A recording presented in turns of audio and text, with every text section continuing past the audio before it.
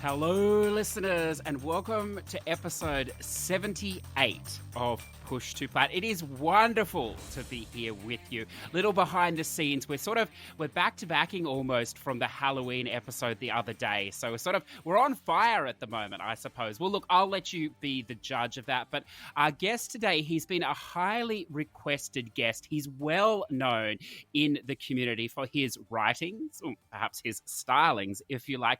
He is what you would call a trophy guide architect, I believe. He's penned such wonderful things as the Construction Simulator 3 guide, the Barbie Puppy Rescues guide, he tells me as well, and of course the wonderful, although not always endorsed on all trophy sites, WWA, The Pursuit of Money. He's a good friend of this show. He's a wonderful asset, as I'm sure you'll agree, to the trophy community and to also our own Push to Plat shoutouts each week with his musings. It is, of course, the wonderful ImStylinOnYaBro.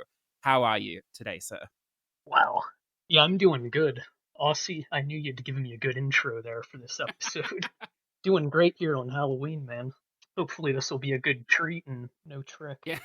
Well, look, I don't promise anything, I set a very low bar, as you know, sir, and if we meet that, that's an achievement. Well, if it's anything lower than my riding champion, the bar should be easy to clear, man. I like that. Well, look, why don't we start with the origins of your PSN name? Because I've been interested for a while. How did it come about? It came about 10 years ago. I was in my second year of college, and just essentially a bunch of shenanigans with roommates. We'd always be pranking one another and going, "Oh, you're getting styled on, man. Oh, you're raging because I'm styling on you." And, that's kind of the foundation of it. But then we started looking up, annoying pop culture figures, Jessica Simpson or Miley Cyrus, and it eventually go, "Oh, we're just raging because Miley Cyrus is styling on you, bro."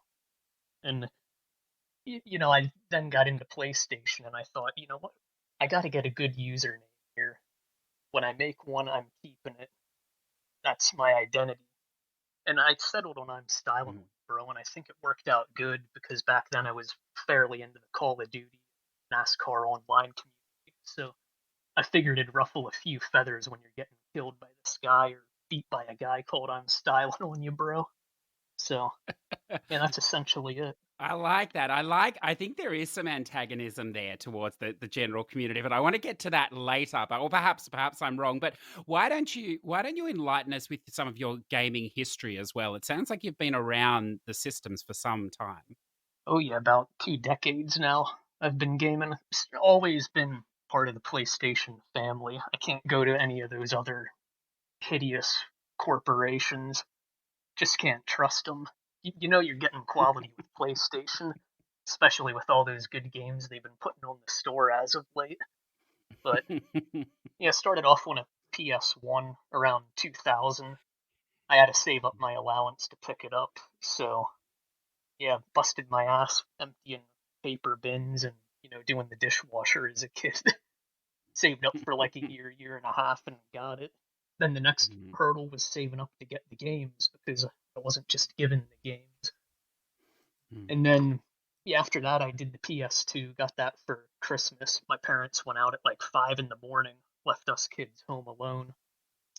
Came back, had that for Christmas and whatnot, enjoyed that. And then I took a little break there. I was getting to around high school at that time. So yeah, kind of throttled back on the gaming a bit and got into the PS3 around 2008. And yeah, trophies weren't really a thing then, so I was just kind of, who would have thought, playing for fun. And then yeah, I think I played that for about maybe 2 years or so, getting into the trophy hunting and whatnot. And, around 2011, 2012ish, I was finishing up college, real busy, looking for work and stuff then, and kind of just threw it on the back burner because I went too hardcore with a bunch of crap games back then. Took 3 years off and came back with a vengeance in 2015 when Project Cars came out. And yeah, here we are today, just sticking into the grind, pushing through. I like that. Now, I want to ask you, what type of trophy hunter you are, because I want to say completionist, but then I see you are a 98.56%. So you're not really a completionist, are you, sir? There's a few there that No. you haven't touched. But look, it's up there. It's more than me or whatever. But you do like, and we will get into this later. You do like some of these pretty tough games, but then you also you're big into your simulation games or whatever else. So what sort of a gamer are you? I mean, do you play everything or what? Yeah, maybe not quite to the extent as yourself, but I like to try to play something of every genre, bare minimum. But I do like going for the completion for sure. That's something I hadn't always done though. And I wasn't interested in it in the slightest on PS3. It was all about the platinum back then, Mm. and some of the 100% only non-platinum games, I wouldn't even touch them. I'd avoid them like the plague. On PS4, though, they were coming out with all these, the age of the remaster. You had The Last of Us, The Walking Dead Complete Edition, and all that, and I started getting a little taste. Yeah, then I kind of switched and was going for the platinum and the 100%. And then eventually I was just like, well, if I'm going for the 100%, why am I letting games like Outlast or even better, Mountain Rescue Simulator or these My Little Riding Champions? There's all these good little gems just let slide by because of no platinum. I wonder if that's the first time Outlast has ever been put in the same sentence as My Little Riding Champions. Do you reckon so? Oh, probably, yeah. Pretty scary, huh? It is. Oh, it's wonderful. I think now, look, I want to ask you about this. On your profile header here, under your name, you have an interesting quote here. Chance favors the prepared mind by the French Yeah. bacteriologist Louis Pasteur from the 19th century, I believe. Why this quote? Well, yeah, it was him that originally said the quote, but in terms of how I'm using it, it's from the, I believe, 1994 Steven Seagal film called Under Siege 2, where the villain in that movie. So that's where I took it from. It's to heck with that Pastor guy or whatever. I mean, knows nothing.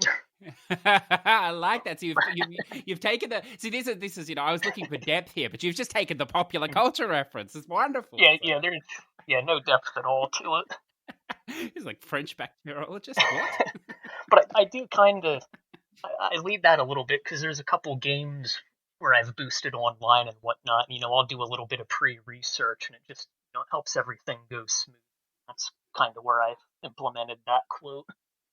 I like to go in there with a little bit of knowledge rather than struggling on something. Yeah, I definitely get that feeling about you. You're very well read in the games that you play. The second part here, the Sim King, I like this as well. So and looking at your profile, what I want to know basically, and I suppose age has a lot to do with it, but as you said, you were a Call of Duty player and all of these things. You took a break or whatever, you came back. You definitely have a leaning towards these simulation games now. Why do you think that is? Is it just age, or what's the attraction of these games for you now? Well, I think it's just the realistic nature of those games that it puts you smack dab in the middle of almost an alternative reality that you're never going to get to experience. I mean, I can't imagine the training you'd have to go through to become some rescue pilot up on a mountain, in the Eiffel Mountains of Germany or something. Or, surgeon simulator. I didn't go to medical school, nor do I plan on it. I have a ton of a ton of college debt from that. So it just lets you get a taste of some of these different lifestyles you might not get otherwise. Yeah. Now, these games are notorious though for having some jank. Now I know you've put some videos up on Are they? your on their YouTube. Do you enjoy the jank like me? Like obviously you don't want it 100% of the time, but do you like it when it's there? Yeah, there's definitely something appealing to the jank. It, I don't know what it is. I like the cringe factor of it. There's just something. Mm. It does something deep within me that is enjoyable. I mean, some of these games you see like these weird physics-based things happening, and I mean, like the professional construction, the simulation I sent you, where the truck does a little, trucknado, spawn in another film Mm. franchise. If we put some writers on it, it's just I don't know, it's hilarious. Something I don't mind. Other people though, I mean, I'm not necessarily a game snob though, but I mean, other people kind of stick their nose up at that type of stuff since it's not a AAA game. Yeah, well, it's funny you say that though, because like I see these games on the store, like these, professional constructor games and firefighter simulator and aircraft simulator and make me a sandwich Yeah. simulator. There's a ton of these games or whatever else, and they're not like $5 games either.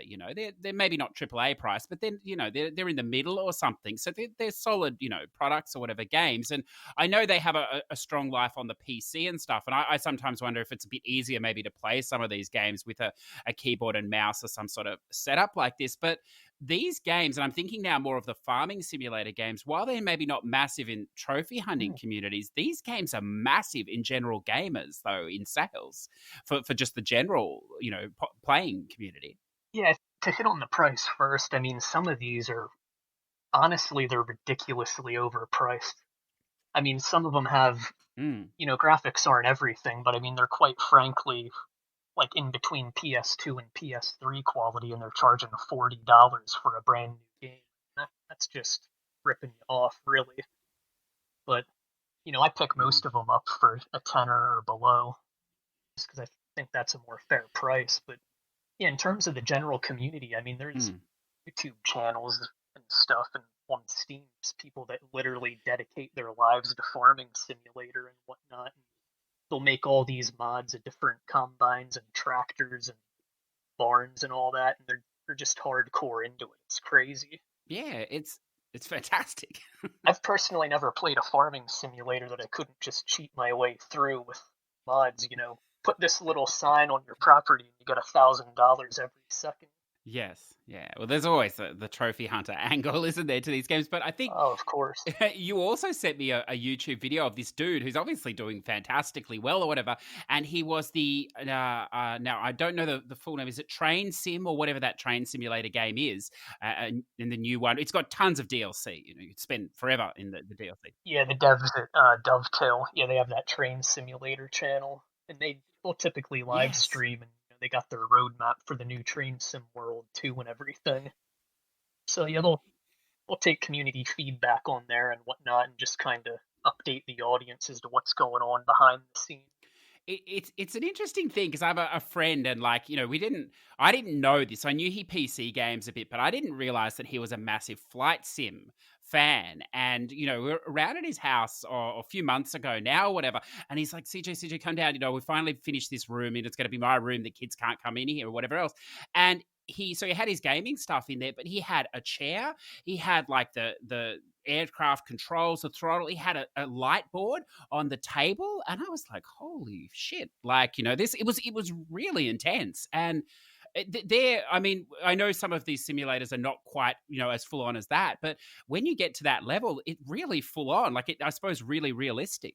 Yeah, I mean, there's people that probably spend thousands. I mean, for those flight sims or, in particular racing games, like Assetto Corsa or R Factor, stuff like that on the PC.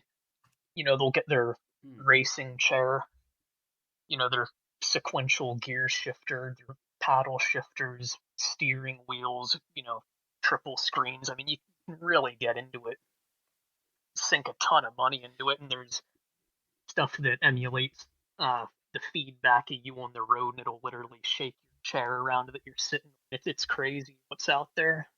It really is. Now, I want to, like, I don't want to go down that path, but I do want to go down the path of racing because you're a big Formula One fan. I know you watch the NASCAR. You've dropped Assetto Corsa just in passing because, as you know, audience, it's one of the easiest racing games. I'm sure you'll attest there. I'm Styling On Ya Pro, a highly realistic simulator that I've been told is almost impossible without a steering wheel. I don't know if you use one or I don't know if you think that's true because I know you do have the plat for this game coming in at a point. Sorry, was that the number is so small there, 0.23% or something, which look, I don't even know what that is. There's a mistake clearly. But let's talk about this game because I don't know too many people that have platted it. I mean, not too many people have. So let's jump into this one. It is probably the hardest that I've done for sure, but probably three-quarters of it is a mindless cakewalk that if people just gave themselves a little bit to get used to the controls, you can just kind of exploit your way through. And I don't. Should I give out some of the good secrets on that game? Look, please do. The other 6 people that So, have platted it will probably be grinding their teeth, for their 0.23%, but I think it's safe. well, there's for drifting, you can go and turn on the stability control for the cars, and then you can, even though the steering, I mean, it's about as sensitive as the average PSN Profiles forum user. So it's really easy to upset the cars typically. Very sensitive indeed. But on some of these like FPS games or whatnot, the dead zone to where you don't even move on screen when you move the controller, that'll kind of send you into a power slide on Assetto Corsa and just kind of spin your car out. I mean, you need incredibly, almost surgeon-like movement when moving the analog stick on that car. But you can slap the stability control on for the drifting and just flip the stick back and forth like a maniac, and you can rack up your massive drift combo and get all the relevant trophies to that, get your gold medals just easy as can be.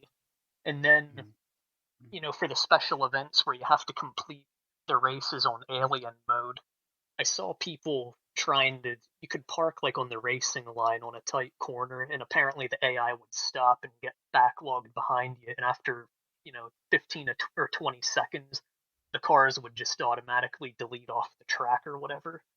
But I just couldn't really get that to work consistently. So there was another exploit that I found out about, that right as the lights go out and your race gets underway, you can hit the options button, hit return to pit, immediately hit the accelerator to leave the pit box, and your pit box was always at the end of the pit lane, so you'd immediately be able to go past the pit speed cap. And what was beneficial about that is the starting line for the race. The pole position guy is kind of at the very beginning of the pit lane, so you basically teleport way ahead of the pack immediately. But they've already got their speed going, but you're far enough ahead that you can get out of the pit lane on maybe 95% of those events and just swerve in front of them. And if you're able to keep the car on the track on the driving line, which I don't think you have to be totally insane to do, but I was able to do it, and that would keep you the lead of the races. And another thing, there was no corner cutting penalties or anything. So I know you watch F1. I mean, you're familiar with Monza, I would imagine, right? Yes. You can just cut those chicanes. Monza effectively has 2 or 3 corners the whole lap.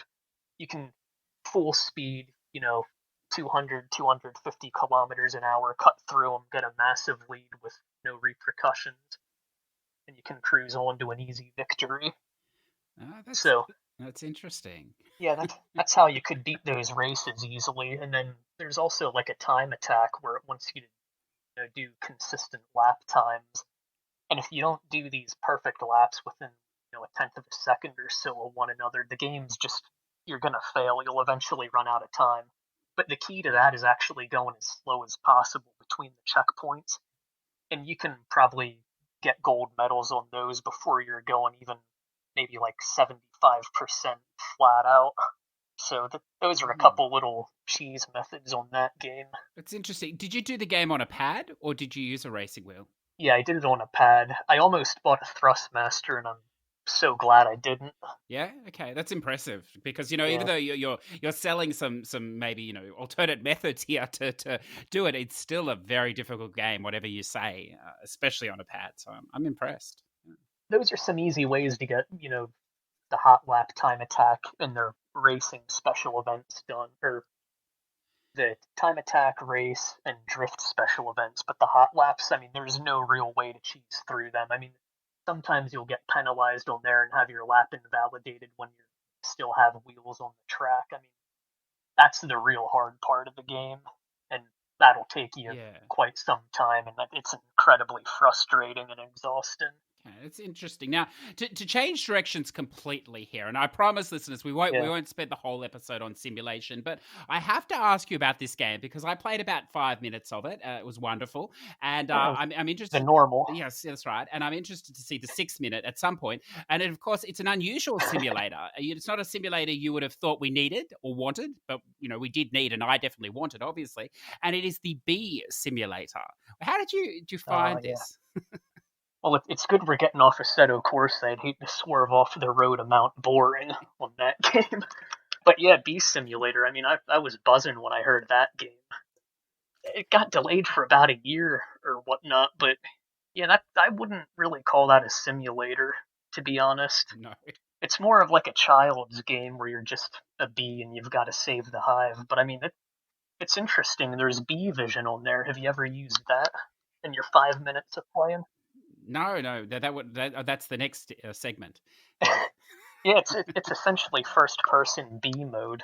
It's really immersive. I Wow. mean, it's exactly what a bee would see. So I mean, if you're curious, I'd definitely say go for that 6 minute, and you'll be able to experience that.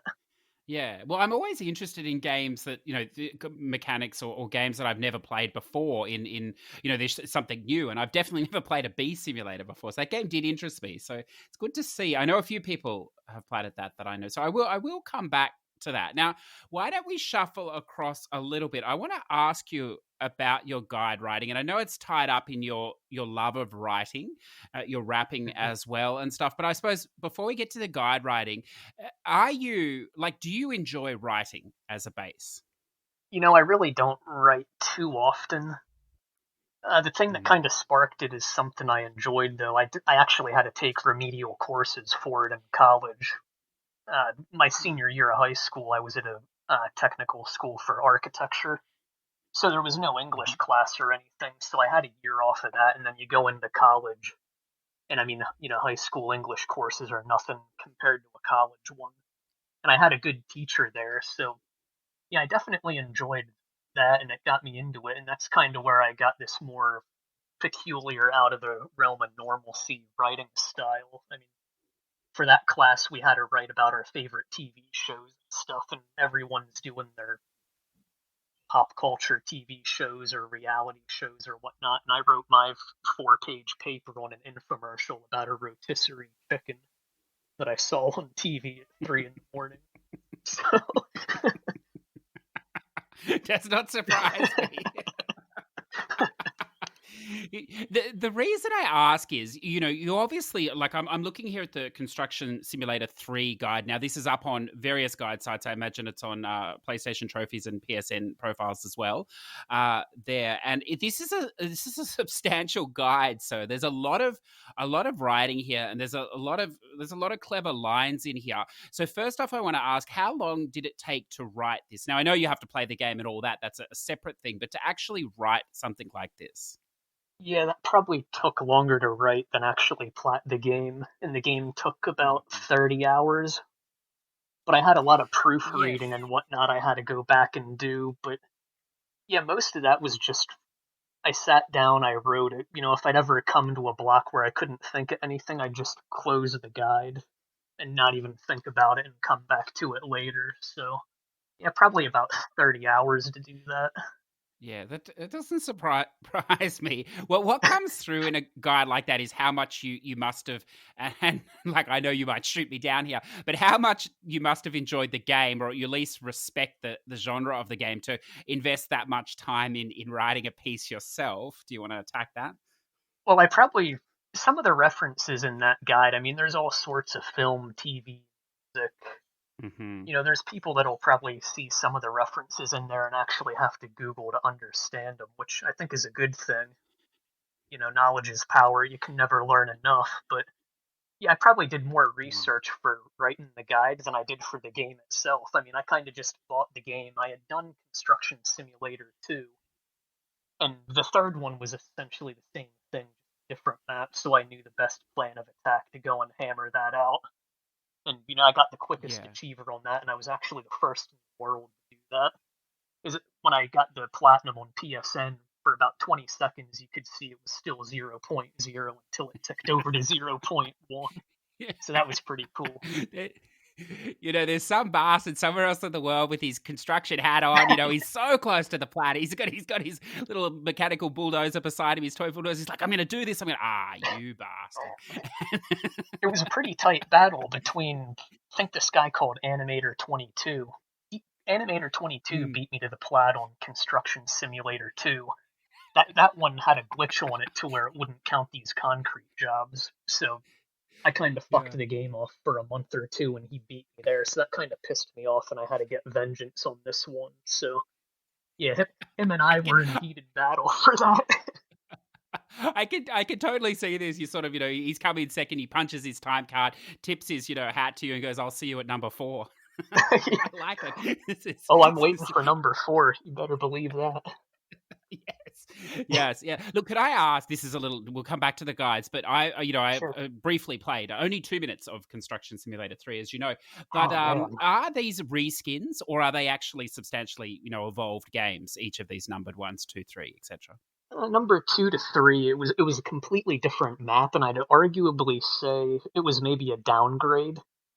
There's like these special jobs that are kind of your main campaign missions, and they're just there wasn't as many of them in the third game as what the second one had.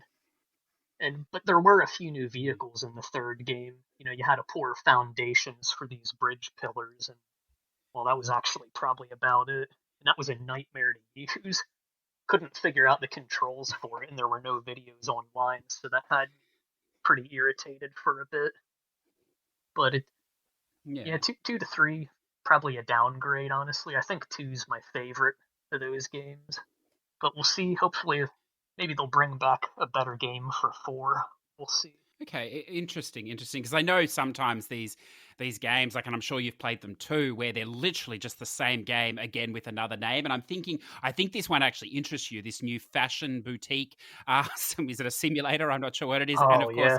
the week before they released a game, which was the school teacher one, and it's the same company. It's a French company. And Oh look, yeah. obviously they're different things, but the game, if it plays, and from the footage I've seen, if the fashion one plays like the school one, I think it does. They're basically almost a reskinning and a slight changing. So I think, Stylin, we have a lot to look forward to with this company because they're obviously going to touch on many different games at an exorbitant price as well for these games. So if you are looking at them, I'd highly urge you to wait, listeners, because there are. We've just got that My Universe Fashion Boutique on the NA store, but we've not got the school teacher yet, so I'm pretty bummed about that. But yeah, I kind of had to pick my jaw up off my kneecap there when I saw the price of $30. I'll, Yes, I'll yes. definitely be waiting for them to go on sale, but I mean, if they're going to release more, I'll have to do all those right in a row and do a good little My Universe block on the profile. I think that'll Yeah. look pretty banging.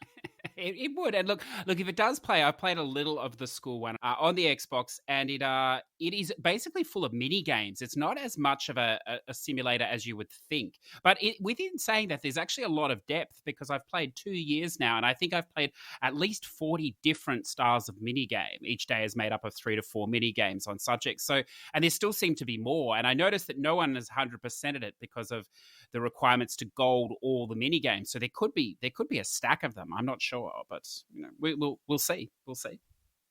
It's not even necessarily the simulator aspect of those games that appeal to me. It's just the uber cringe of it. I mean, you can't really get anything more shameful than that. Fashion boutique and the school teacher. So that's why I really want it on my profile.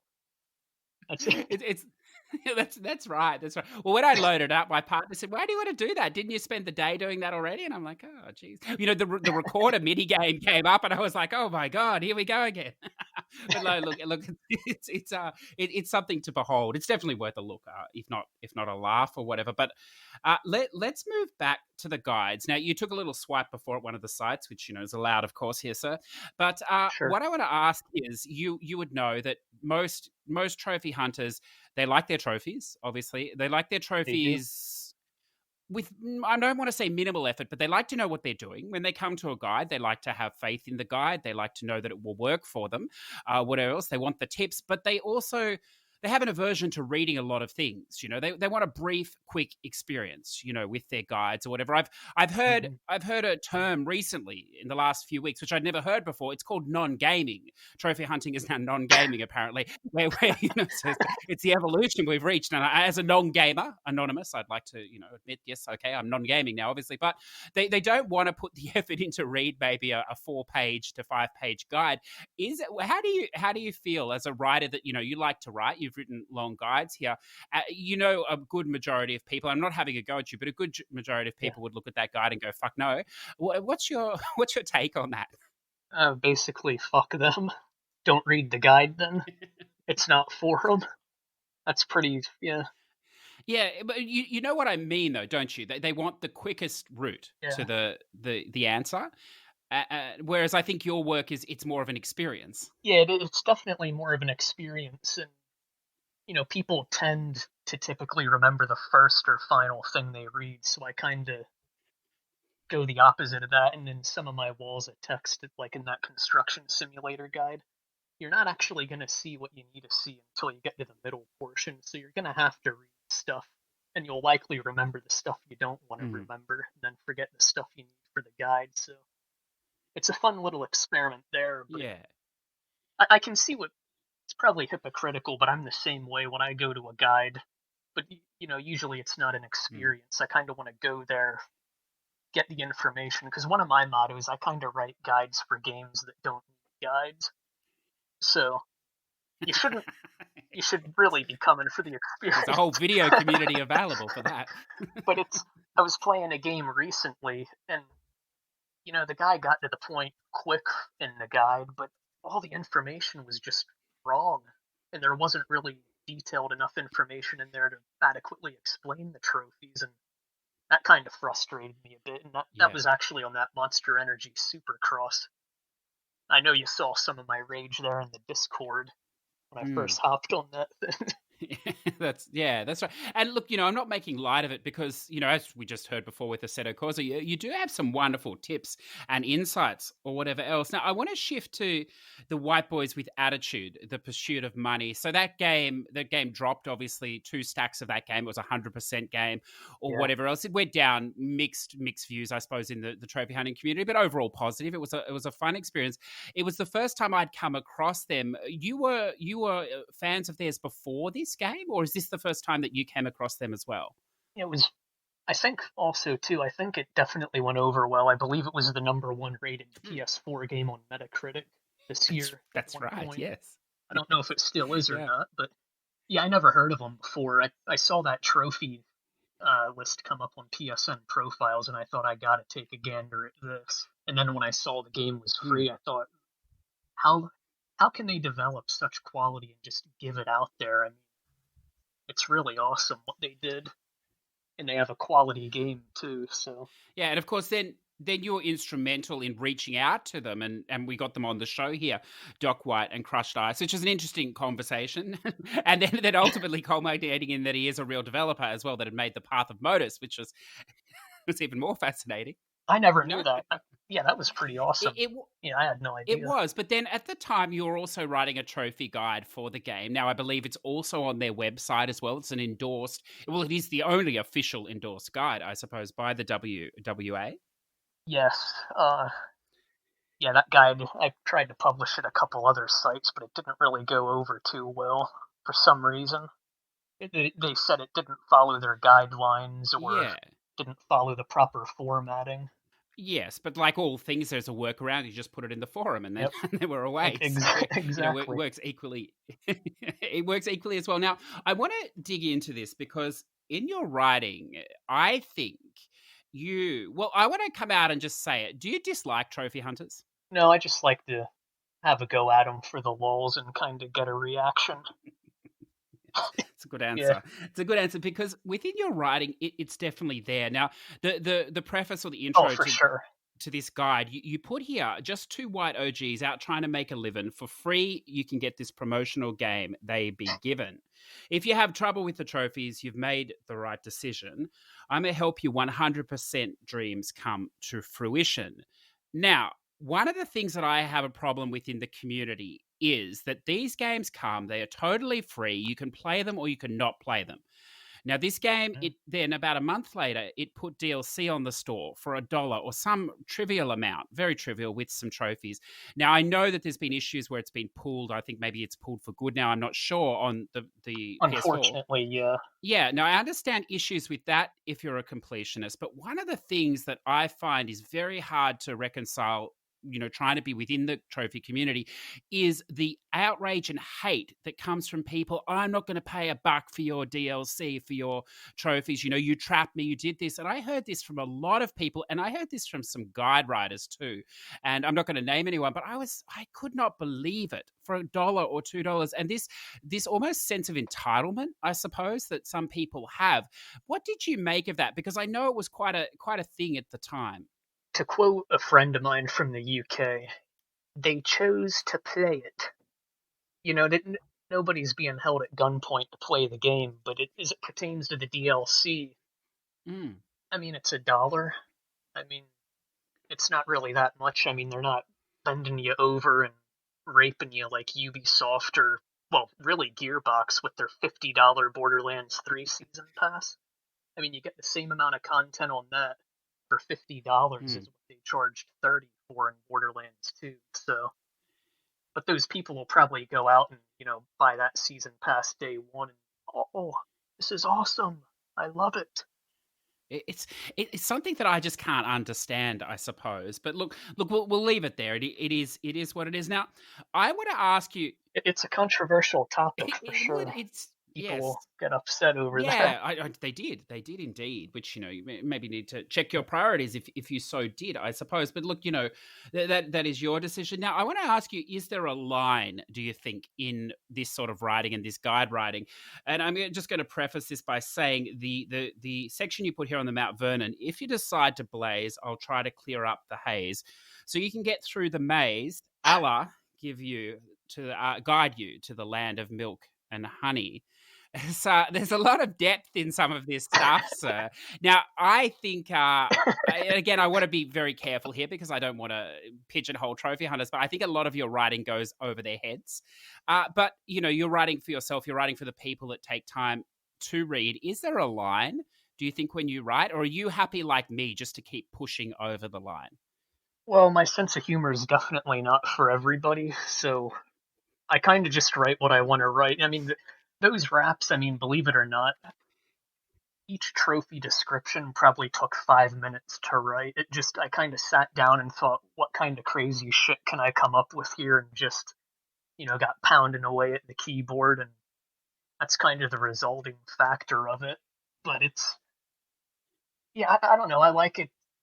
There's a lot of like cheesy comedy in there, but there's also, there's some political stuff in there that I just couldn't resist putting. But yeah, I like some of the stuff that, would go over the typical person's head. They, might not catch it on a quick read through. Now, I want to touch on those political comments, and I'm very conscious that the election is upon us, so we won't delve into that side of things, other than to say I imagine this was one of the reasons why it was not published on many sites, and it's here. And I was initially going to leave this comment out for the reason that I didn't want to seem one-sided, but then you followed it up on the other side straight away. So I figure it's fair game, and of course it's a wonderful line. Sure. If you're ashamed, this trophy could be worth hiding before it's too late, like the dementia with Biden. Now, it's followed up about 2 paragraphs later with one final shootout, don't shoot blanks, like Donald Trump when he gave thanks to Putin before his rise to power as he drowned in a golden shower. It's just wonderful language use, sir.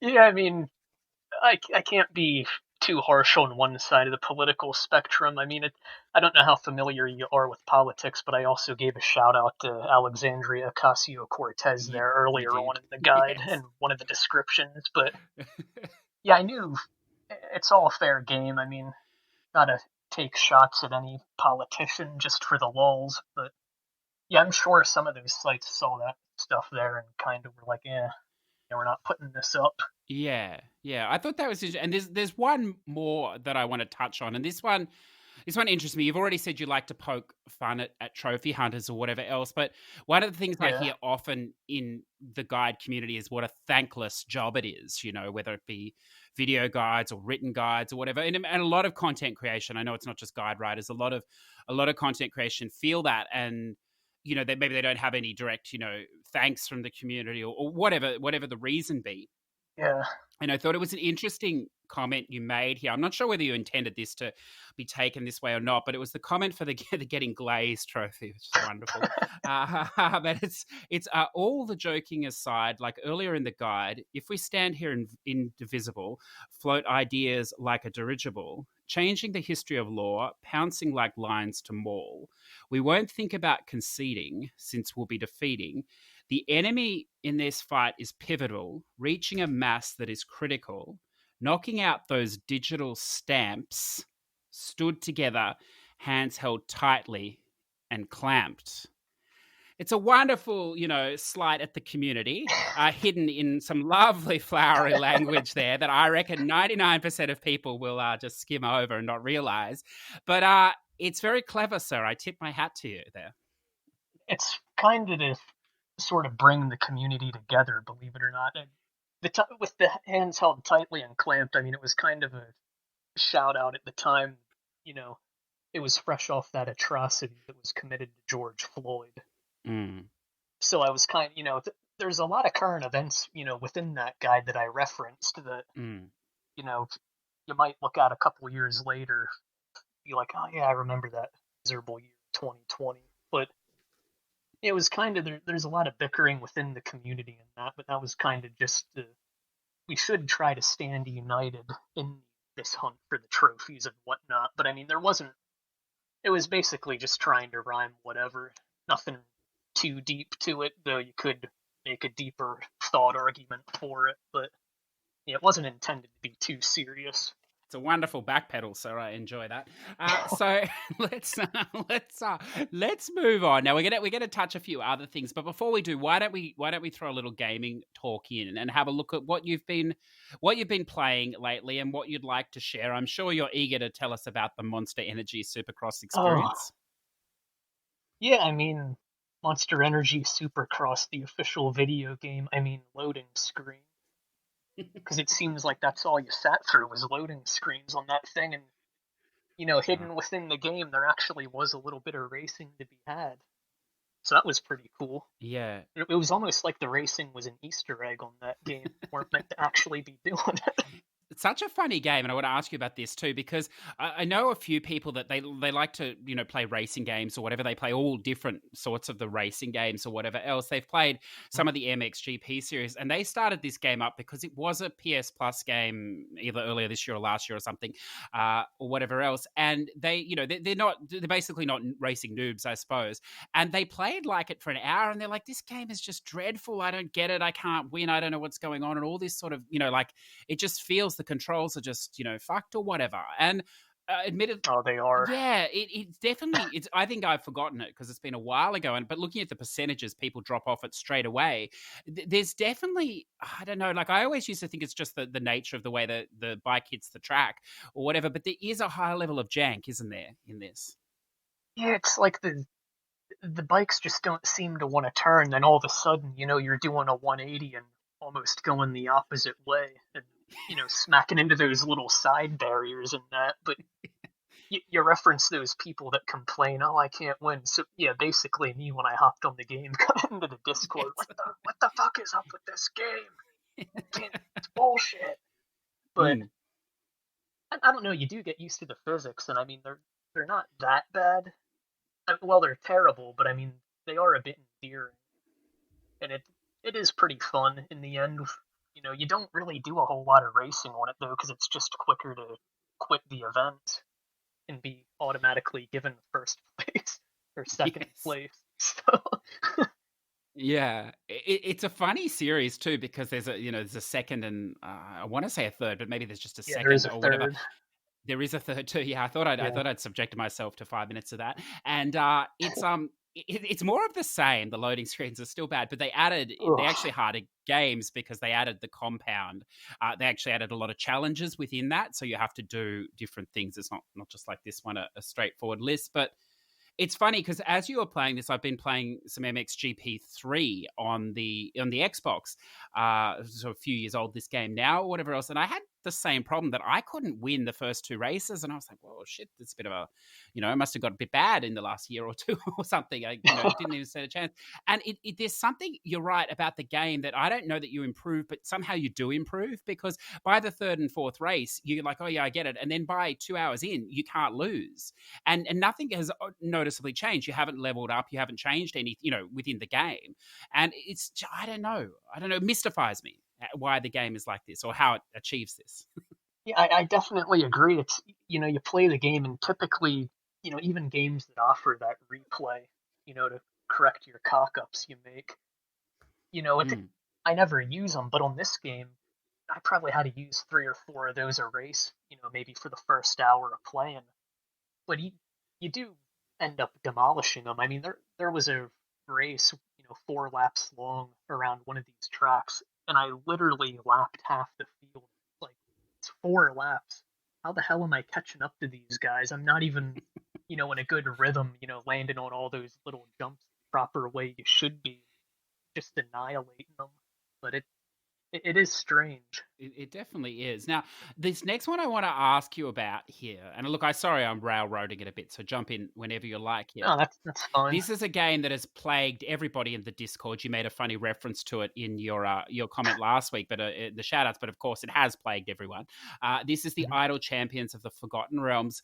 This is the sort of game that I get the feeling you did really enjoy, though, and we make jokes. Look, I'm enjoying it as well, but did you enjoy it? And then you made a funny comment I want to ask you about too, where you said, if I don't move on now, I'll never leave this game. I'll keep playing it. So was that true, or was that just a little bit of a dig and a laugh?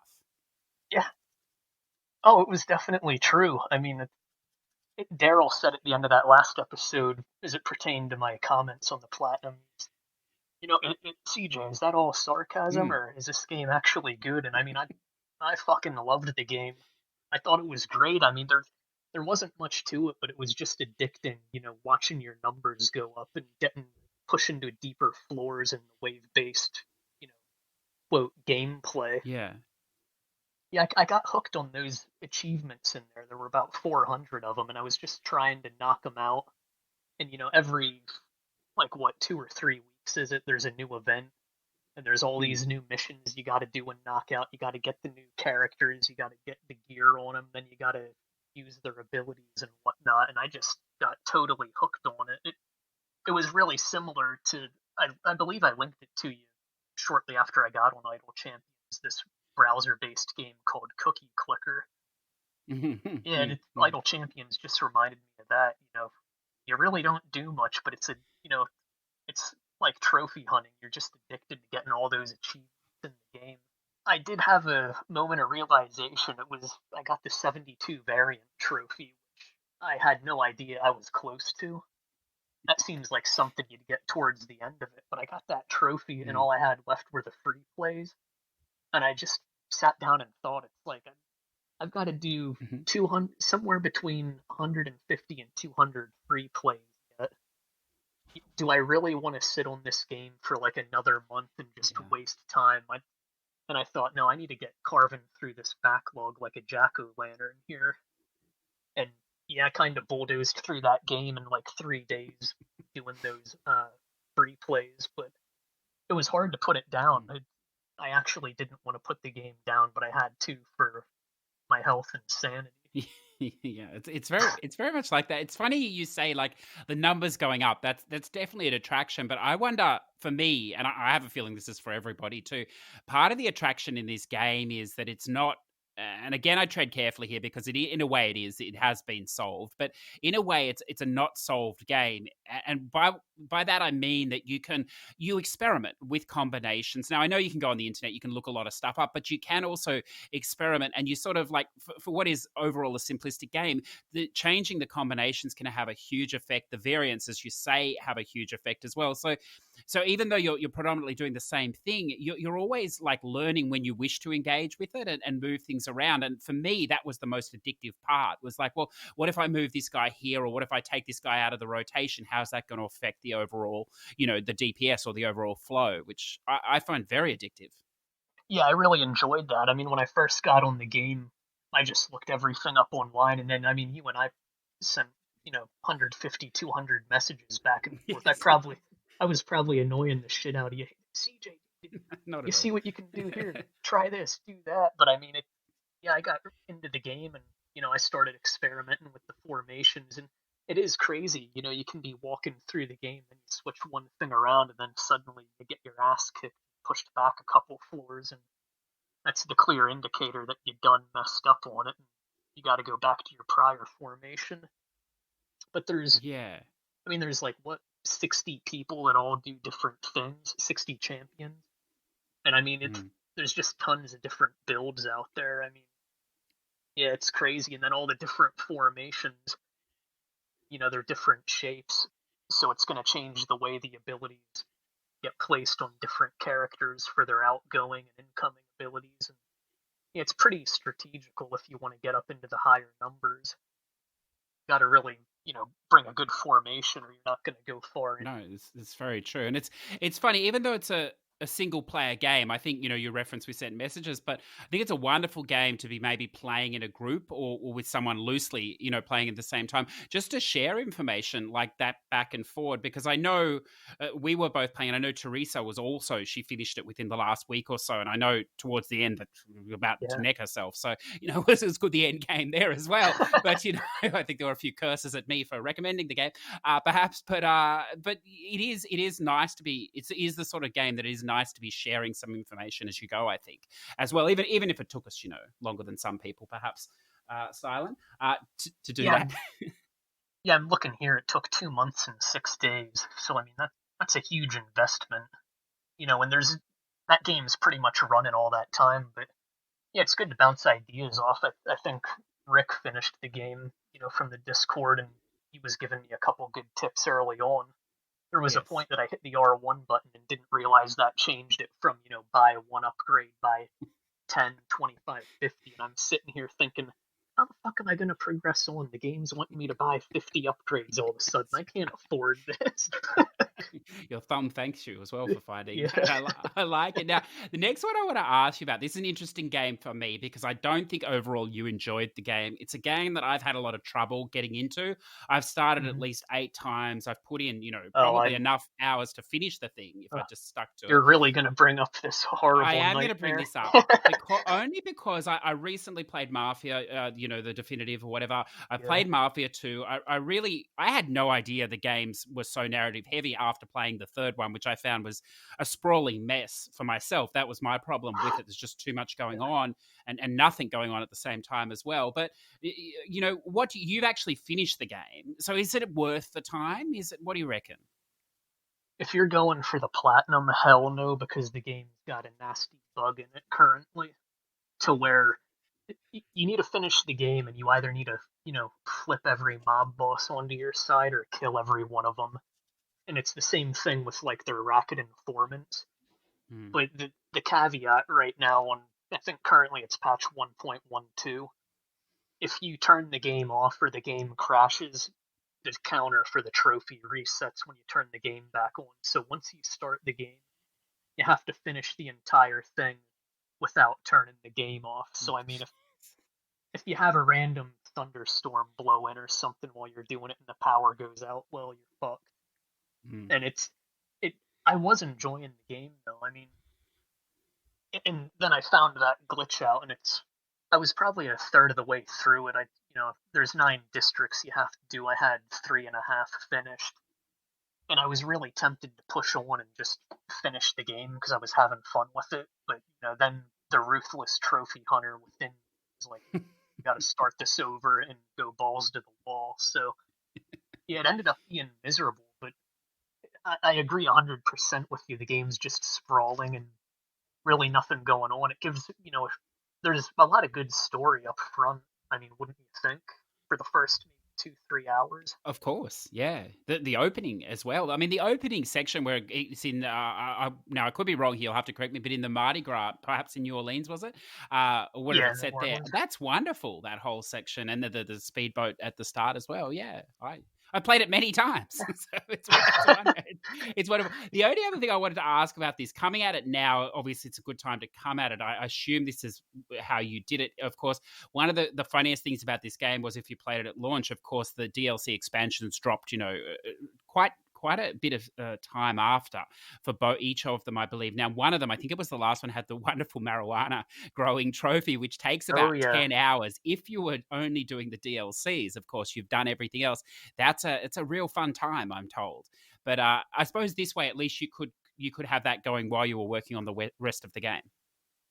It was kind of cool because it was I was doing Idle Champions at the time of Mm. Mafia 3, so it was kind of like a little spicy bit of Idle Champs thrown into Mafia 3 while you're growing your Mary Jane there. So Yeah.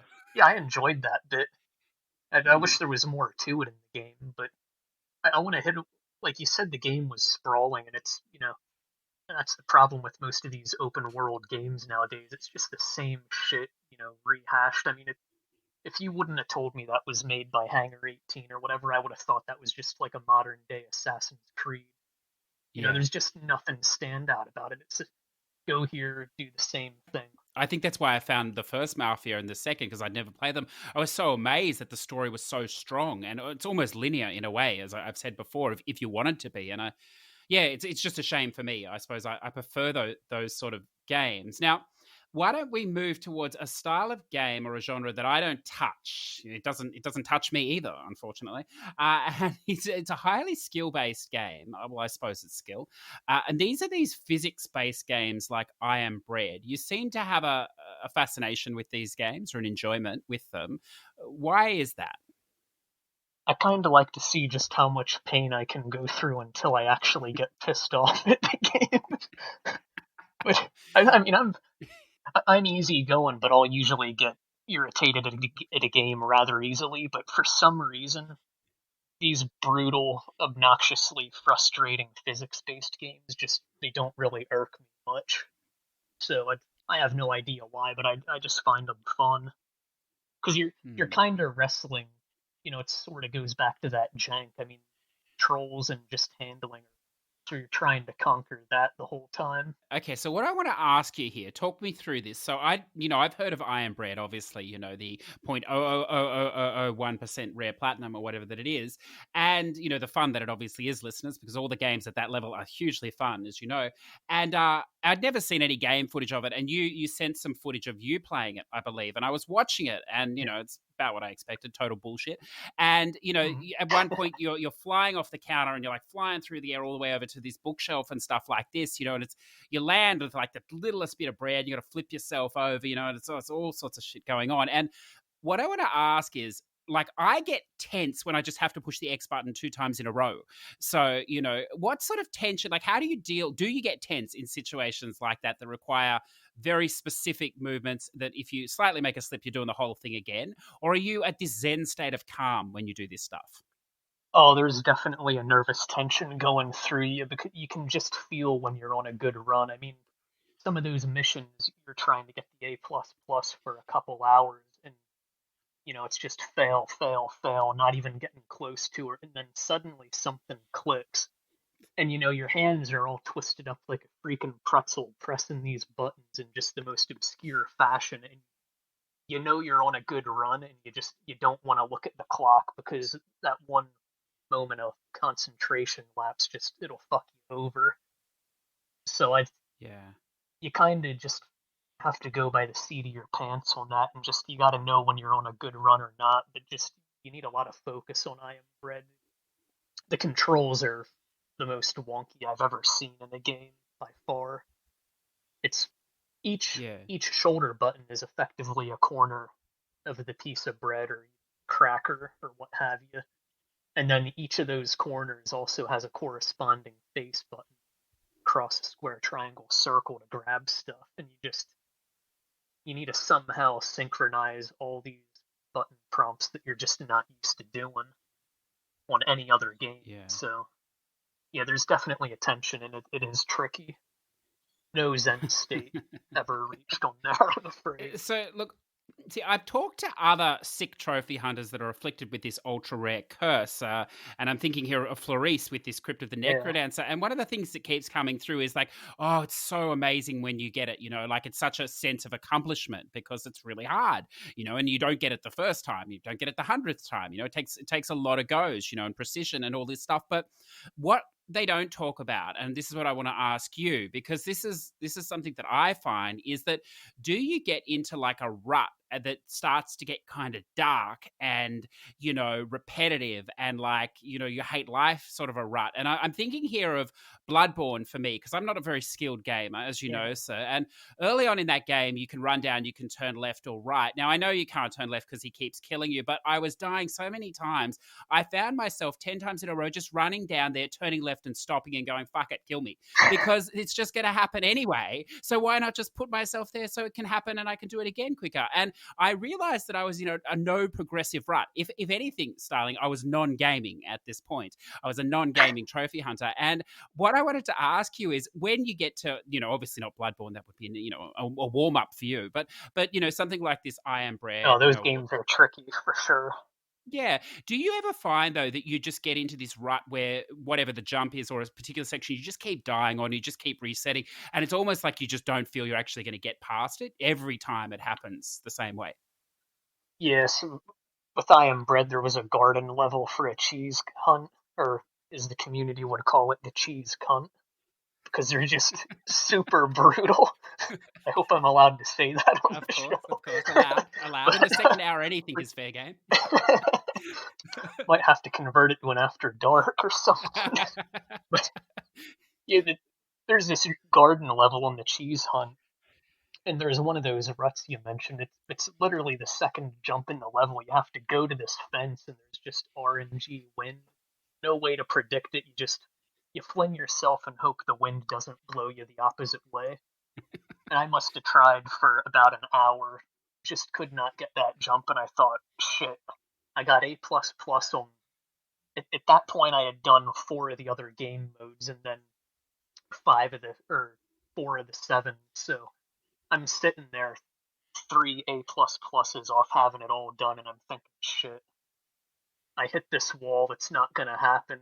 But somehow I was able to push through 18 hours of absolute punishment and eventually got the level done. But I mean, you kind of went through that in stages where you hit the rut, think you can't get the jump to the fence, then you get it. Then it's a real pain in the ass going down to this little lily pad in a pond. Then you finally nail that. And, then you get up on this car and you get glitched in the window and you think, shit, this is impossible. But then you push past it. But yeah, you will eventually get it. I think it's that way with most games. You just gotta keep at it, even if it annoys the living hell out of you. Will eventually get it with enough practice. Yeah. And so I see this game and I'm like, well, that's about as ridiculous as it gets, at least. And then you play this game called Pain or whatever else. This is a Yeah, PS3 game, I believe. And I was looking at the footage and I was like, this looks like me trying to get in the house after a big Saturday night, with the ragdolling effect. And I was like, is this in it though. enjoyable? Like, like, what is going on here? Like these games, I suppose the skill level is so high that to someone like me, it looks like there's none at all at times. It's just insane. So obviously it's a harsh criticism of a highly skilled game. But I mean, what was your experience with that game? I had never heard of it, and then a buddy of mine that I talked to on PSN quite a bit, he's like, "Oh, I'm gonna go back and mop up this Pain, mate." And I was like, "What the heck's that? I never heard of it. Is it really that hard?" And I was looking at the reason I did Pain is because I wanted to see for myself. Everybody says it's such a hard game, but the trophy rarity didn't really match up Mm, with it. Nothing was down in that I am bread type range, and I just kind of wanted to compare the two. mm, I believe I did Pain first, and then took like a week off, and then did I am bread straight after. So I was able to gauge them back and forth mm. real easily. But yeah, Pain was tricky, but I don't know, there was just something fun about doing these challenges. I mean, you come close to getting something done and you just kind of get that rush satisfaction, like you mentioned Flores said when he came on the show with stuff like Crypt of the Necrodancer. Although I never touched that. I don't have the balls to do that game. No way. No, look, I don't blame you. I don't blame you at all.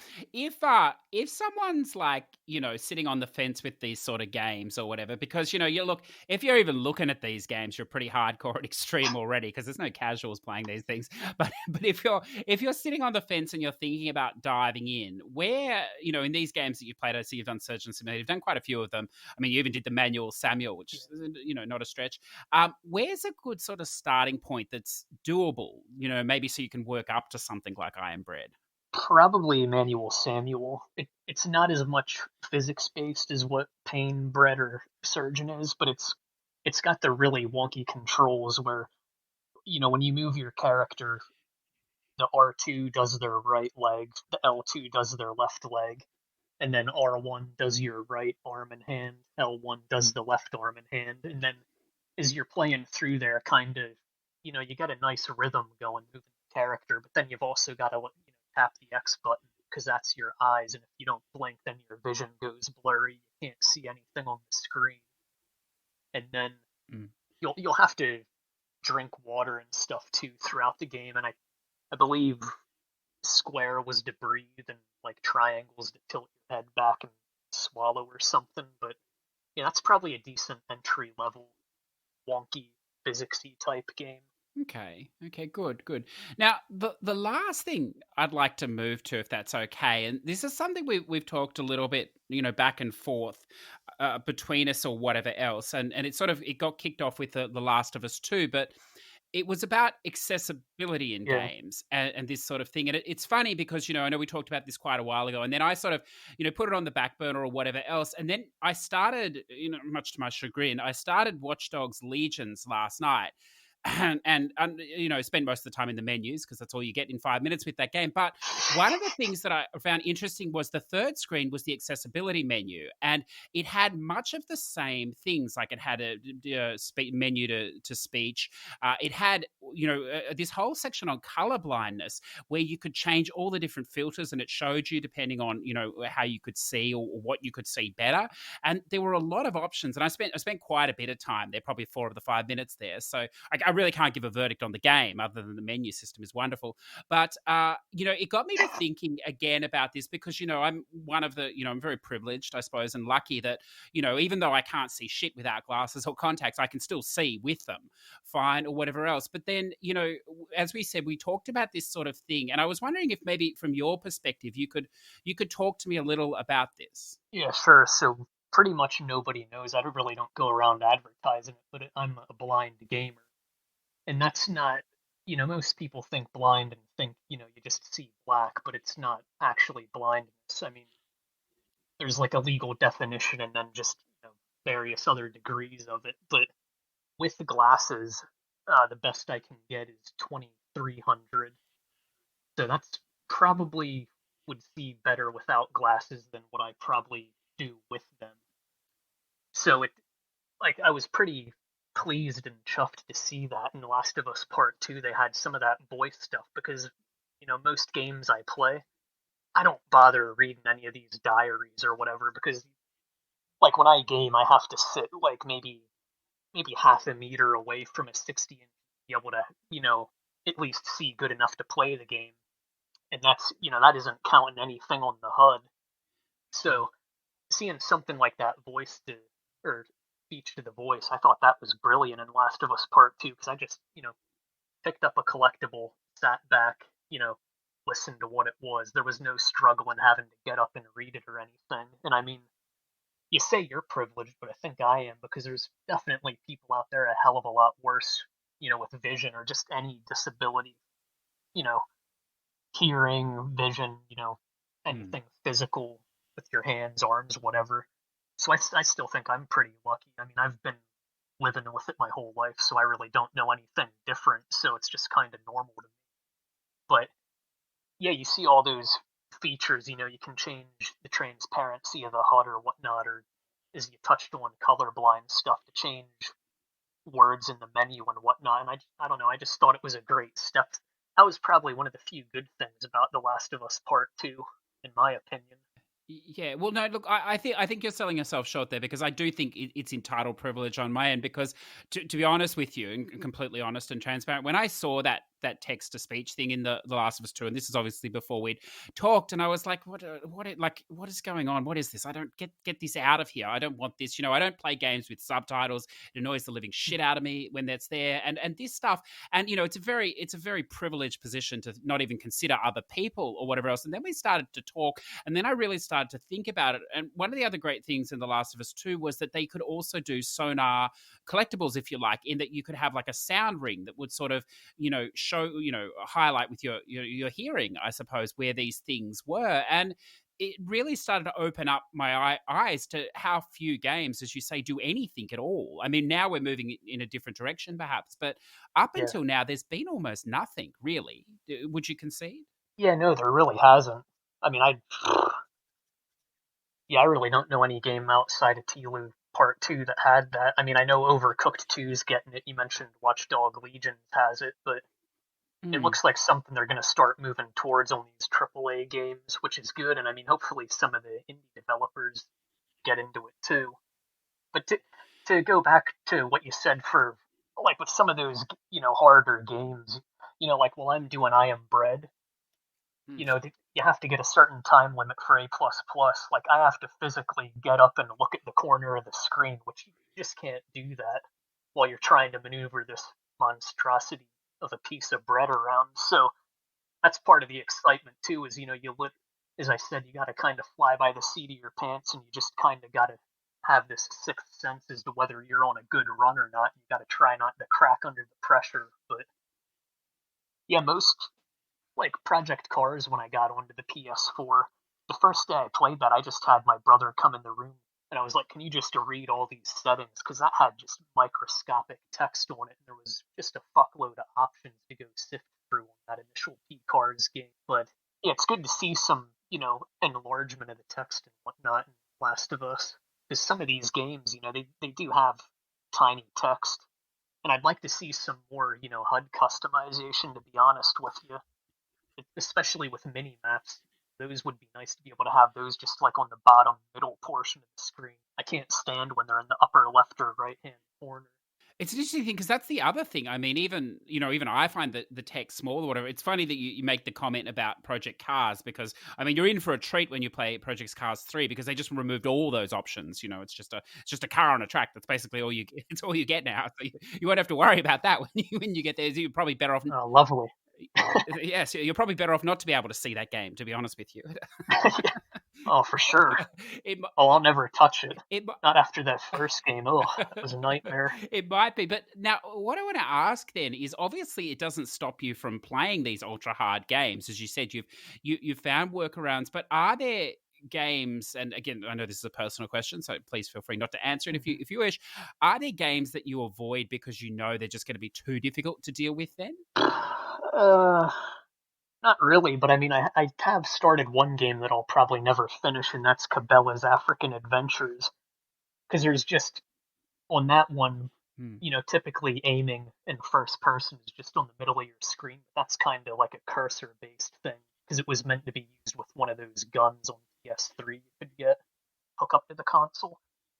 So Yes. that one's just a bitch because these animals are running across the screen and then you got a hypersensitive icon that can literally go anywhere on the screen and there's no way to decrease sensitivity. So I kind of just fucked that game off and I'll never finish that, but it did have a hell of a good story in there, a good room. Highly recommend it. Okay, and then look, just to round us sort of out from this, I have to ask then, what is it like, being on the other end, when you've overcome all this, you're playing your games or whatever, and then you hear someone like me who just, he's completing his, 80% common hard run of Mafia 2 that everybody in the world can do or whatever, and I'm like, oh my God, it's fucking impossible. I can't do anything, I can see everything on the giant TV, because, Yeah. everything's going on the turbo control, everything's working. How do you you just sit there and you go, Jesus Christ, like what's it like being in that position? I don't know. I just really don't think about it, to be honest with you. I just think it's kind of, I mean, I'll bitch about games, so I don't know. It's just kind of fun to bitch about games. So yeah, I really don't take it personally. It'd be stupid too, I think. Yeah. Oh, good, because I'm not going to stop my whinging of Good, the easy good. games, as you know, as you know. But look, that's really wonderful. I've really enjoyed today's conversation, and I've been hoping that we could do this for some time, and now, this is the awkward part where you just have to sort of, mumble and whatever. Yeah. But this is the part where I sort of say, well, I hope we can do this again in the future. So you can mumble now. Well, if it's gone over good enough, yeah, sure, I'll come back. But Wonderful. Now.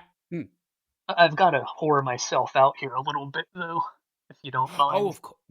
I'm going to do that now. But as we move into the last part, I know we do all that bit, but before we do, we have the trophy guide of the year situation coming up or whatever. And I know that your candidacy is about to be announced. This is a big moment or whatever. There is another election going on, but that pales in comparison to the trophy guide of the year. Would you Doesn't like it to spruik just? your would you like to? This is a more honest contest, I'm told, which says a lot.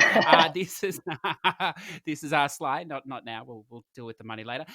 This is a chance, I suppose, for you here to endorse yourself, which is what all trophy hunters do anyway. I believe it's coming up in about a month. The polls open, and as you said, this is the more important voting. But Mm, I think this year I'm gonna enter yes. for the niche game guides with Construction Simulator 3, and then since I'm so far off the spectrum of guide writing with my extremist white boys with attitude, I'll be entering that one. I think is a very progressive independent candidate, and that'll be under the original content.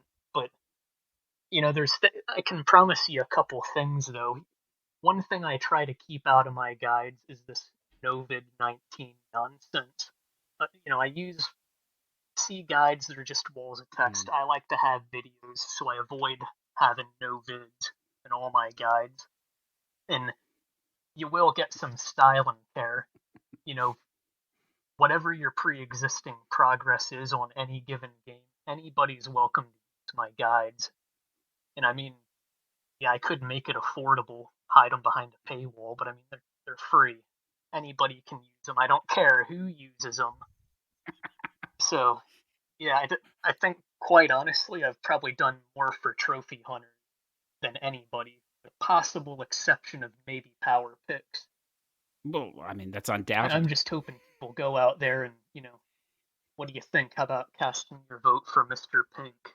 I will post a banner too. I've got my whole campaign teams gone and made a beautiful the graphical art. I'll post that in the Discord after this episode's concluded. Excellent, excellent. Look, I think if you're not familiar with his guides, you should, listeners, go and read them. They're highly enjoyable. And one of the great things about I'm Styling on You, Bro, is that he does finish the game before he writes the guide. Allegedly, I've heard that's not always the case with all guide writers. So you're a unique in that. You're unique in that camp, I suppose, or whatever else. And I look forward to. I was just thinking as you talk, wouldn't it be wonderful to have a forum guide? Category where only guides that are posted in the forums, not actually endorsed. But I'm sure that that maybe that would have to be an unofficial competition. We might need to look into that in the non-endorsed. Yeah, I might have to increase the premium membership to kick off that thought process with Sly, but yeah, we'll see. we will see. So look, I'm going to put all your contact details that we can for that and those pictures in the show notes. But if the listeners are trying to find you or follow on your progress, what is the best way to do that, sir? You can creep on me on PSN profiles. If you have any questions on any of my games, just hit me up on PSN.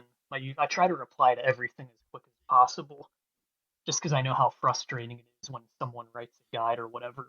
I mean, I messaged someone recently about Elk Simulator, and they got back to me about 5 days after I finished the bloody thing, so wasn't much of a help there. I'm thinking about starting an OnlyFans too for some of these little clips I do of my games. I feel like I got to put some of those clips maybe behind the paywall because everybody's trying to monetize these days. So maybe some of the more wild video clips you see they might be paid content here in the near future. And then you can find my YouTube channel. That's got a different name. That's Gnarly Punk Rocker 5. I'm sure you'll have the spelling of it down there fine in the notes of the podcast. So yeah, that's pretty much where you can find me. That sounds perfect, sir. Look, I'm all for the monetization model. I think, why not? Why not? You're right. Hell it's the yeah. way it's the way of the future. We have to survive or whatever else. I mean, running a campaign is not cheap these days, I'm told, sir. You need the No, it isn't, and I'm not going to be taking any super PACs, no campaign billionaires. That's So right, and I see here that one yeah, of your skills is not Russian, so therefore, you're going to be struggling. But we'll see how you are.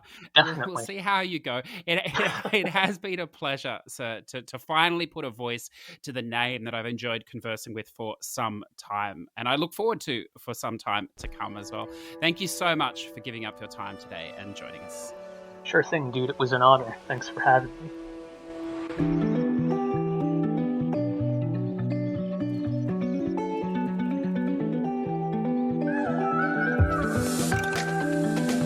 So I hope you enjoyed, listeners, our conversation with ImStylinOnYaBro. If you haven't come across him before, he's a wonderful stand-up dude. He's high value, he's highly entertaining, and look, super intelligent with some of his lines as well. So do yourself a favor, if you've got a spare 5 or 20 minutes, jump on to one of his guides and have a read. You won't regret the experience, I'm sure. So, look, I thought just before we hit the shout-outs this week, I'd drop a little gaming love on you. There are so many games that I could talk about at the moment, but I'm going to limit myself down a little bit. I have been playing a little bit of the Watch Dogs 2 Legion. I'm enjoying it, but we're not going to talk about that. I did finish off my first playthrough of Little Hope, the Dark Pictures anthology, but I think we'll save that more for perhaps next week, a little bit on that. So I thought rather today I'll just limit myself to a handful of games, and I'll start with Project Cars 3 by Slightly Mad Studios, published by Bandai Namco.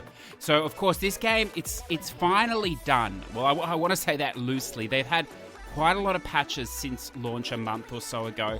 Many of these patches have broken stats. Some have worked in favor of trophies. Many have not worked in favor of trophies. But it seems like all the counters are now very stable. So if you've been holding off, now is probably the time to start this game. Having said that, there is still screen tearing. There are still drops as well in this and in frame rate, but it is better than it was. It is definitely, I don't think, a triple A graphic racing game, that you'd probably have expected from this. But having said that, it still is fun if you're a racing purist here. It's a wonderful mix of arcade versus simulation. I think it's not firmly in one or the other, but I suppose leaning slightly more to a sim racer if that does interest you. There's nothing overly difficult here, but it is very repetitive.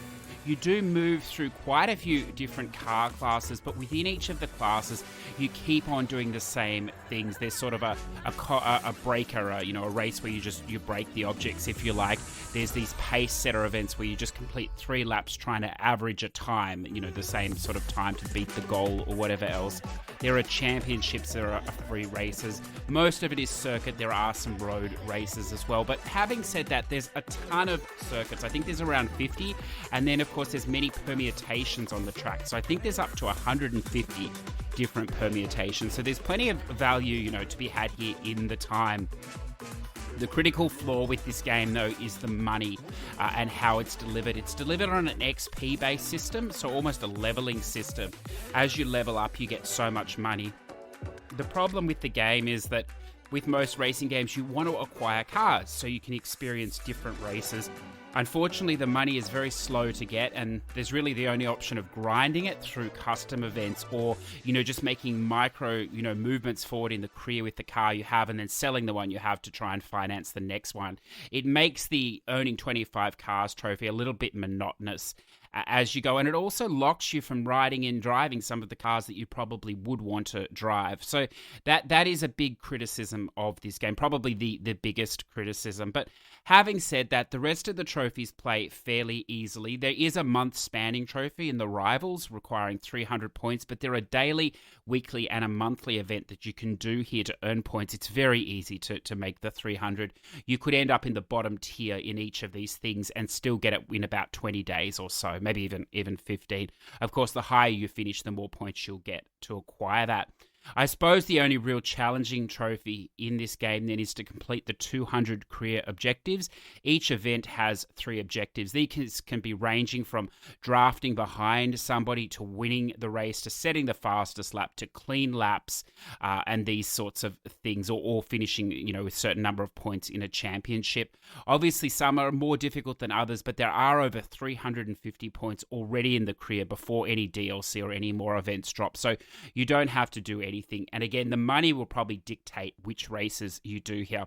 The online requirements, other than the Rivals Trophy, are very easy and straightforward, just a matter of completing races. There's no requirement to win. And perhaps the only other trophy to watch out for is the Mastering the Tracks Trophy. It has an interesting system in this game where it shows you on the screen where you should be braking, the apex of the corner you should be hitting, and the mark where you should be accelerating from. It seems to be the tracking for this mastering, if you like, requires you to hit all corners and also 100% the race line, although the race line is very liberal in this game, what counts as 100%, and the cornering seems to be more a matter of actually running through the icon than actually, hitting it at the right speed or even the right trajectory. If you're having trouble with this, the New Zealand track has 5 permutations. You only need to master 15, so you can get a third of your work done on that. They're very short, very easy tracks. These can all be done in custom as well, so they don't have to be done within Korea. Overall, I enjoyed it. I did have a slight grind at the end for money for the 25 car trophy, but I couldn't recommend this game as it currently is unless you're a hardcore racing enthusiast. But look, already rumors are coming out that Dirt 5 is perhaps not as great as many of us were hoping. So if that is the case, perhaps these are interchangeable at this stage. But look, we won't judge Dirt 5 until we've played it later this week. The next game I'd like to throw up is Supermarket Shriek by Billy Goat Entertainment and published by P-Cube. So this is an interesting game. I started this on the Xbox about 2 weeks ago, and then it was ported, I didn't realize, to the PS4. And P-Cube were kind enough to send a code so I could sort of compare the two.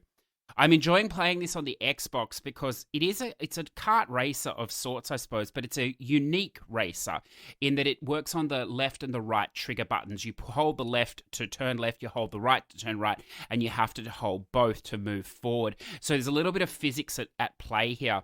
The cute mechanic or the gotcha of this game, if you like, is that you're playing as a child and an animal in this cart, in this shopping cart, and you scream to make the car go left with one trigger, or you scream with the animal to make the cart go right with the other trigger, or you both scream at the same time, if you like, to move forward. Now, the real hook of this game on the Xbox is that you can plug in 2 microphones, play co-op, and actually scream yourself to turn it. Now, I'm not sure yet if this is the case on PS4, whether it can be done in co-op. I believe so, but I'll check that out as we go.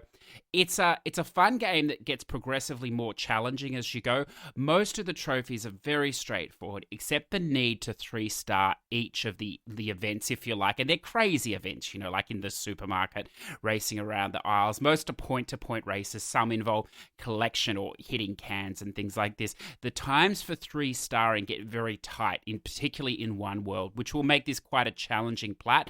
But if you're not worried about that trophy, then everything else is quite attainable in probably 5 to 6 hours. Of course, to get the plat could be many more hours, skill dependent, but it's a cute mechanic. I've never seen using your voice and screaming to control the car or the cart before. So, if nothing else, it's worth a look there. Available on PS4 and Xbox. Then we come to a game. It's a bit of a funny game because I bought it ages ago and then I've had it on the back burner and not played it. And the reason I bought it is that it was from a Malaysian independent studio. So most of the games I play, I was going to say Western release, but it's probably, to be honest, most of the games I play are probably Japanese leaning these days that interest me more. But, most of us are playing Western games or whatever else. Now, we don't play many games that are outside of the norm. And this game, No Straight Roads, it is outside of the norm. Now, there is good and bad to that as well. So the premise is, and I'll lead with that, it is by an independent studio, as I said, Malaysian, called Metronomic, and it's published by Sold Out Limited. Now, this is a rhythm game in principle, but it's not your Hatsune, button, spamming or whatever rhythm game. This is sort of a combination of a beat-em-up game, if you like, with rhythm elements. It also has a wonderful story that's sort of off-center. I think, as it runs through. The premise is that EDM, or electronic dance music, has taken over. If you like, it's a dictatorship. It's powering the cities now. It's all the music that's being played. And there is variation in this music as the game goes on through the bosses, but if you don't like this sort of EDM music, you're probably going to find a hard time of it, because that's basically what the whole game is. And you start out on this, almost like an American Idol style show, if you like, and you're performing to become what is a boss of the area, if you like, who's sort of the DJ or the musician that's creating the music for this sort of area. Now, it's not really open world, but in stages, if you like. Your performance doesn't go well because you're a brother and sister trio, I think, or could be a friend trio. It doesn't matter. And you're playing rock music. You want the rock back, and the whole story is about the rise of rock against EDM. Can you bring rock? Can you take down EDM? So it's a cute little story as it goes on, and it sets the premise for basically like linear little worlds, I suppose, that all flow roughly the same to a boss. When you get there, you do about 4 or 5 to 8 stages, if you like, little stages, that then brings you on to the boss fight. Now, the most unique thing about this game is that every boss fight, of which there are 6, are completely different, which is pretty cool. The mechanics at play are always different in this game. There is some mirroring, there's some splitting of the screen, there's some reverse controls throughout it. There's a lot of things going on, which will keep you thinking. Now, the controls in this game are a little hit and miss, but the good news is that it does have a sort of continue mode. So if you die, you can just continue straight from where you are in the middle of a boss fight at the current levels that you've got him or her down to. Of course, it does cap your overall rank, which will cap the number of fans, which again could be important later on for unlocking upgrades. But if you're just here for the story, there's no real stop in gameplay. You will continue. So having said that, you use the sort of button mashing or the hack and slash mechanics, if you like, to take on these enemies that will drop notes. You then fire the notes at the boss to damage them, if you like. The rhythmic element comes in that there's music running the whole time, and the bosses, if you like, or the enemies, they jump and they sort of send out waves of destruction on the beat. So it's that type of thing when you jump, when you roll. It's not overly complicated. Having said that, some of the boss fights, in particular one, which is a wonderful mirror effect, and if you play this game for only this reason, then you'd be doing yourself justice, because it's something that I haven't seen before, where you move between characters and rooms in the one fight, if you like. It's very clever way of doing it, but there is a cheapness to some of the bosses. There, in particular, one with notes and things falling from the sky. So to get the plat in this game, it would be very, very difficult. Also, you are required to play the boss fights multiple times on different modes, and some modes involve just parrying, no attacks. So there's a lot of depth in this game if you want, but as a basis, it only takes about 4 to 5 hours if you're just playing on easy for the story. It's a neon art style. A lot of it is free drawn or whatever else, with some animation across the top, but it's a really unique game. It's a game I'm sure that will fly under the radar, but it's a game that if it comes on sale, if you've got an afternoon or so, and I think you could play this game in one sitting, 2 maximum, I'd highly urge you to consider it, because we are so trapped in our ways of playing the same sort of games, and it's refreshing to see something different, I think. And I very much enjoyed this No Straight Roads. So the final one for this week, a little bit of spam, but look, it's a fun spam game, and it is called Axes. That's right, like the weapon, the axe. This is available on Xbox and recently come out on PS4 for 2 plats on the NA and EU. It's very cheap, I think $5 American. This game would probably be quite a challenging plat if it wasn't for an exploit. There is a cheat code which you can find on many guide videos that enable you to get 50,000 money and many keys to unlock gear chests. Now, you can keep abusing this cheat throughout the game. You don't have to do it all at the start. You can do it as you go, as you need more money. Basically, you're just leveling up your character, if you like, and you can do all this through the cheat. So sort of 50% of the trophies can probably be done in 5 minutes as you build your perfect character. Of course, without cheats and without the money, building your character would take many, many hours of this sort of roguelite runner, I suppose. It plays like a top-down sort of isometrical game once you get into it, of enemy waves.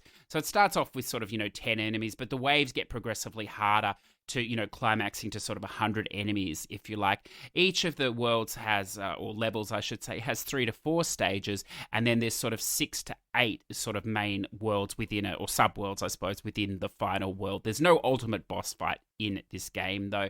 So it gave me feelings of Minecraft Dungeons in the art style. Obviously, it's a much shorter game than that. With the cheat, you could easily knock this game out in an hour and a half to 2 hours. As I said, without the cheat, you'd be looking for a lot more. It's an enjoyable game that doesn't need the guide, except for the exploit if you wish to use it. And, for a couple of bucks, if you just want to sit back and chill out, it is a fun little spam game, I suppose. So, look, why don't we take a quick break and then we'll come back with the shout-outs for this week.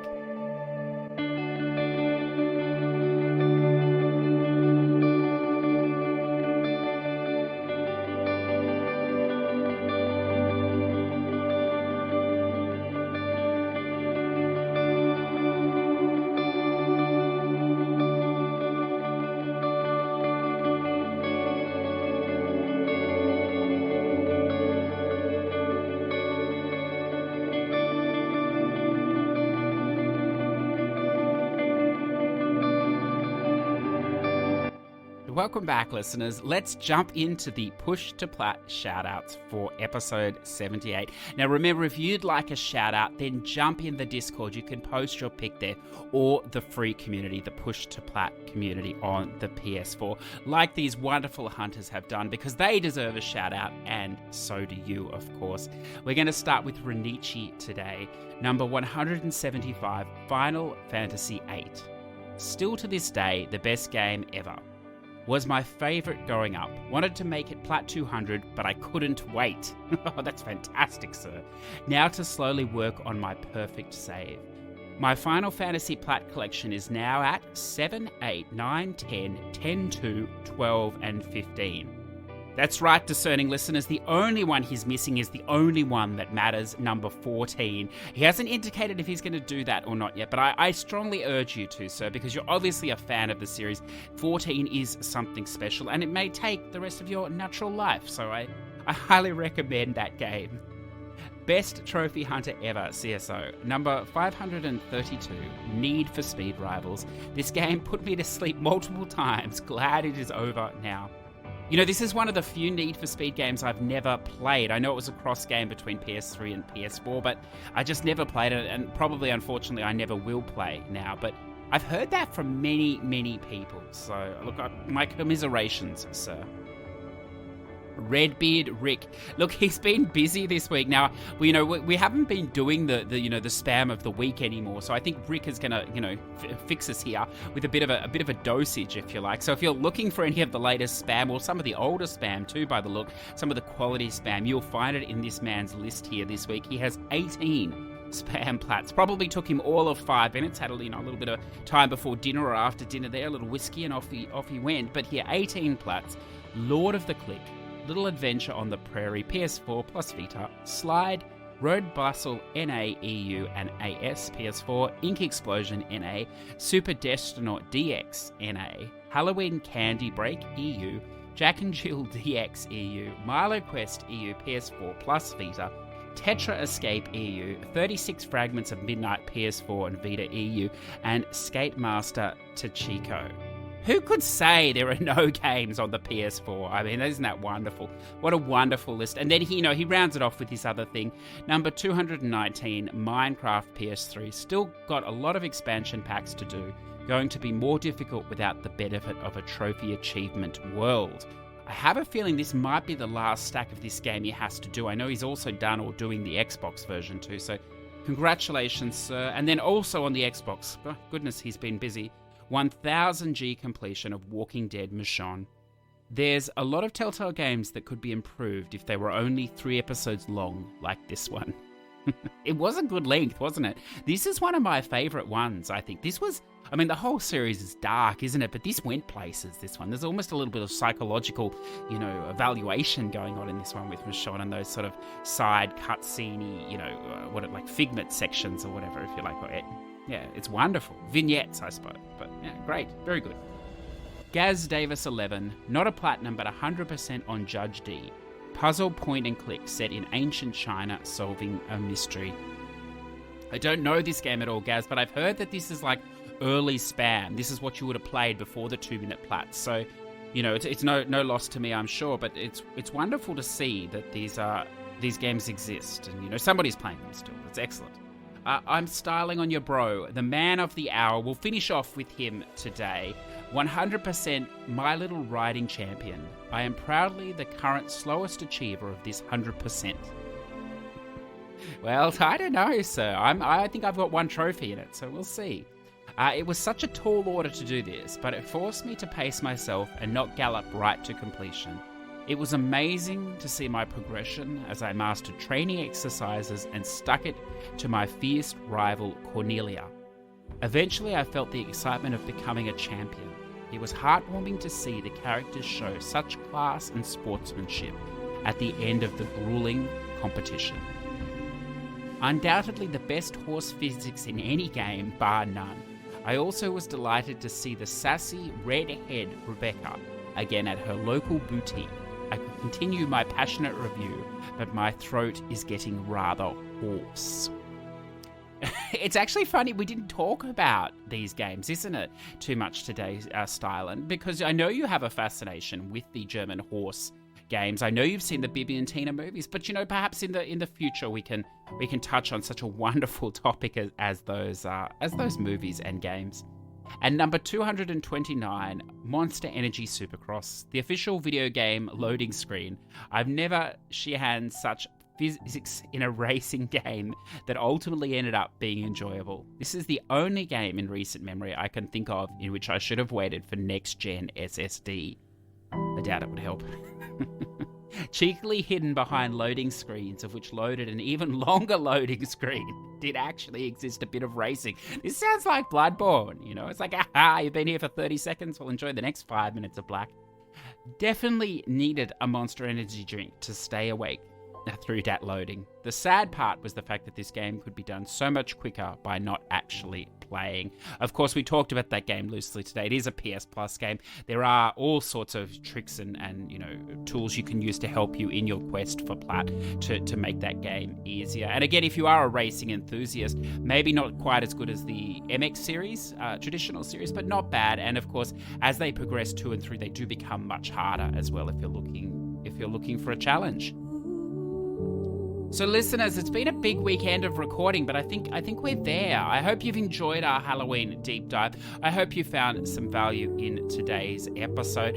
A reminder to the Patreons, of course, that we have this wonderful egocentric fest going on over there at the moment with the CJ dropping his top 60 games as they sort of dribble out over the rest of the year, short 5-minute segments that I'm happy to share. Hopefully we can introduce you to some games, perhaps even to me to some games as well as we go. Of course, if you want to check that out, you can check out our Patreons at the appropriate level. If you want to come say hi, you can. You don't have to. I know most of you don't want to, but that's fine. If you want to, you can. There's a Discord, you can say hi. That's how that sort of thing works or whatever else. But, don't extend yourself, too far, please. So until next week, listeners, be safe, be well, whether you be voting, looting, or just not participating in society in general over the next few days. Have a wonderful time. Keep up the gaming. Keep up the hunting. I'll talk to you soon.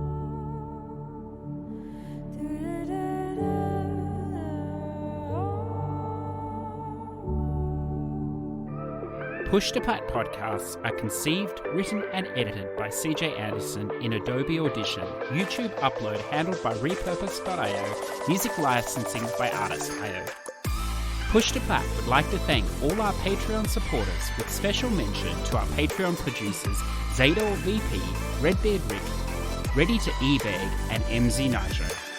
Without your support, this show would cease to exist. If you would like to say hi, jump into the Discord in the show notes or on Twitter at Push2Plat. If you're interested in supporting the show, then jump on Patreon, the Push2Plat Patreon, where you can find more information on how to support us and to allow us to continue to bring wonderful guests and topics from around the world.